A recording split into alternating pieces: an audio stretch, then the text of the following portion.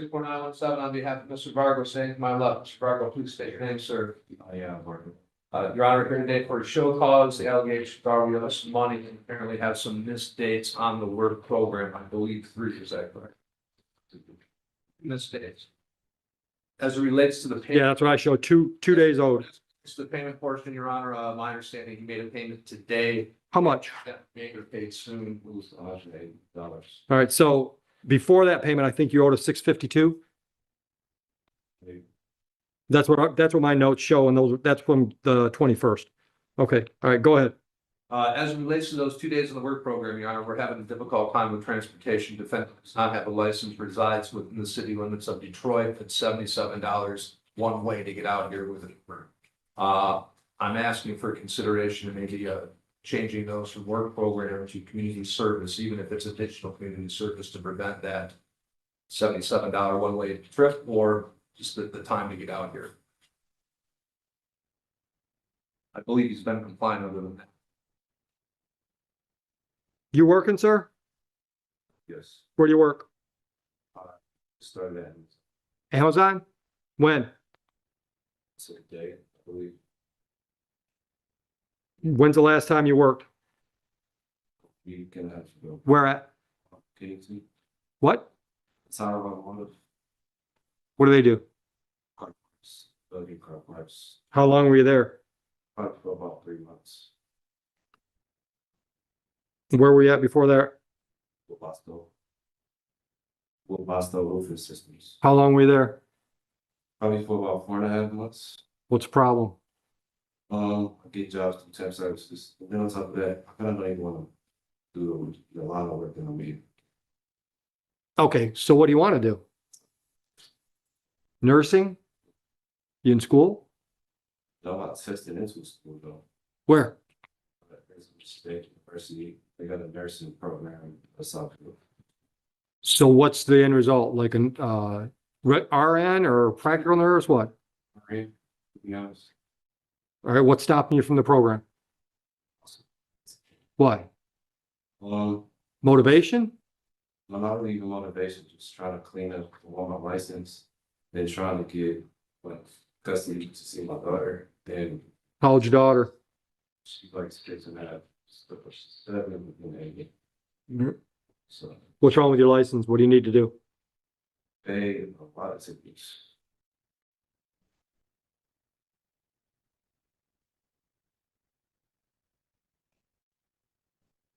Where are your tickets at? Are they all over?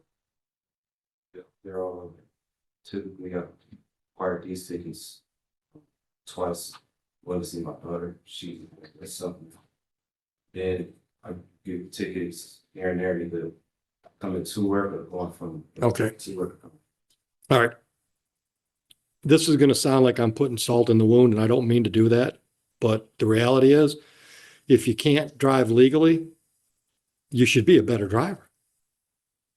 Because you've never been stopped because the cop saw you and said, oh, he don't have a license. Like car. What's wrong with the car you drive? My liquor and mess or something.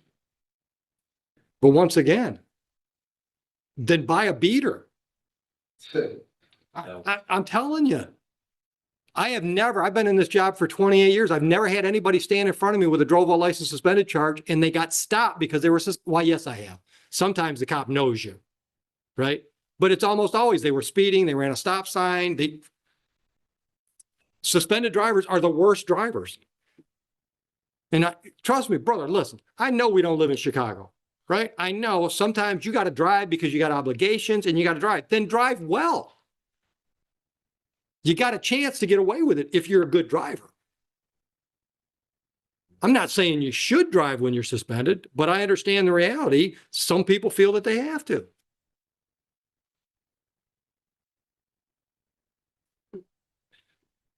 This building has already spent more resources on you and your little rinky-dink fail to display a valid license ticket than some of the major cases we have. And here we are. You still haven't done what we told you to do. And I gave you a break when I only charged you $400. So we must have had a conversation at sentencing that made me feel for you, because almost always this is a $500 fines and cost charge. I'll be honest, when I read this piece of paper today, I'm like, well, he's going to do his work program in jail today. Because we provide transportation for that. And then I can close the damn file, at least that end of it.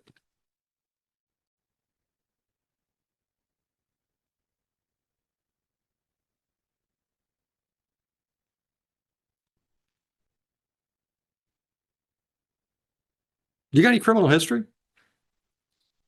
Felonies? So not the kind of stuff that's costing you jobs?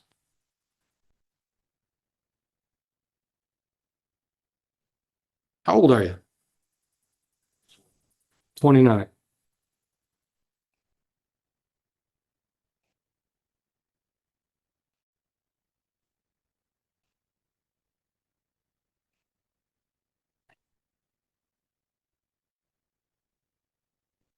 I am so tired of dealing with these young guys that just, oh.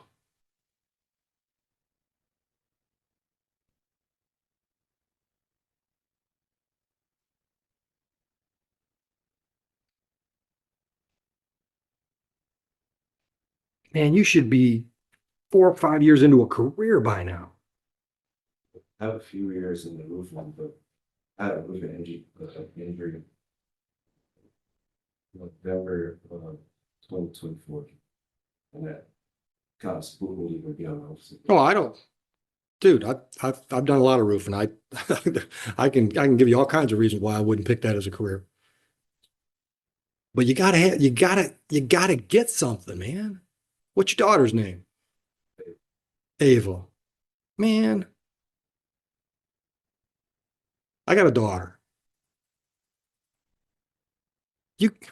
I know you got all kinds of dreams what you want to do for that little girl. I know you do. Are you on track to make it happen? How?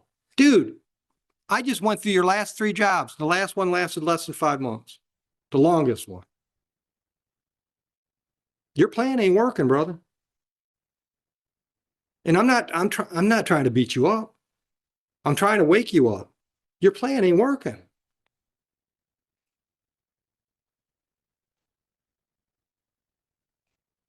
Is what's stopping you from the nursing program is transportation?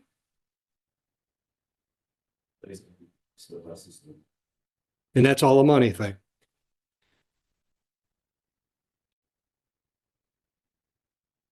Counsel, you familiar with any of those Clean Start programs? On the 36th district court, we actually talked about that a little bit. It sounds like he's got a little bit out of 36th district, but Any little bit helps. he's got some in Westland. I don't believe that's part of the program. So, yeah, he's got some that he can get some help with, it looks like, Judge, but again, I haven't seen his record, but. How much do you pay us today?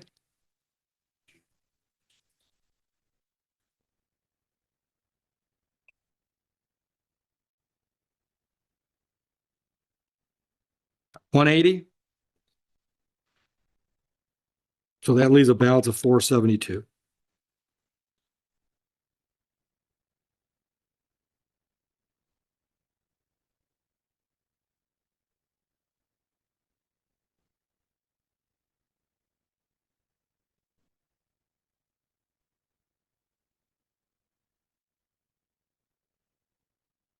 Mr. Varga, believe it or not, I'm up here racking my brain trying to figure out a way, some way I can help.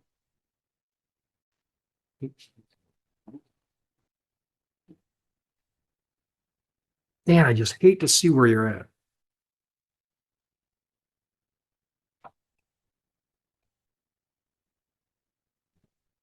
When are you coming back again, counsel? I believe the 12th, no, February 12th. February 12th?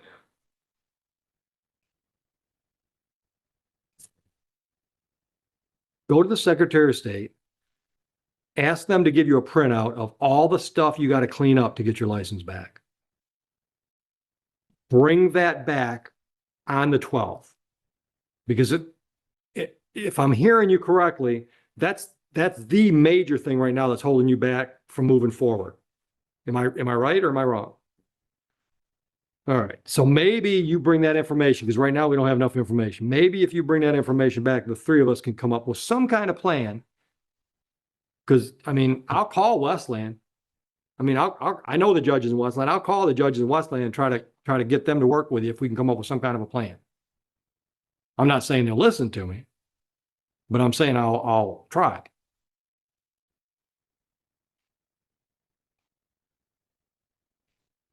Man, I want to help you make all Ava's dreams come true.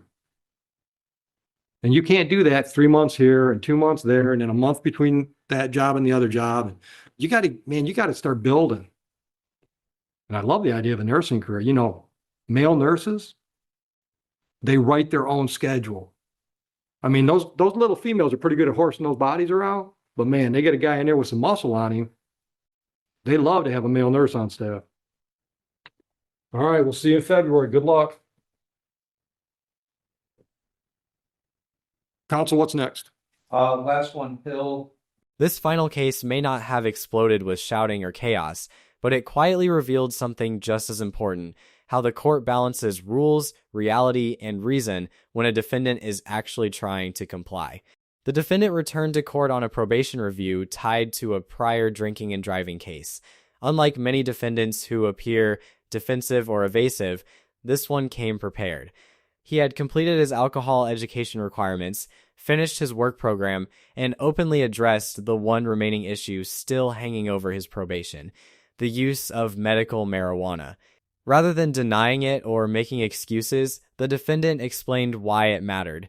Years of physically demanding labor had taken a toll on his body. Chronic pain and arthritis weren't abstract complaints, they were part of daily life.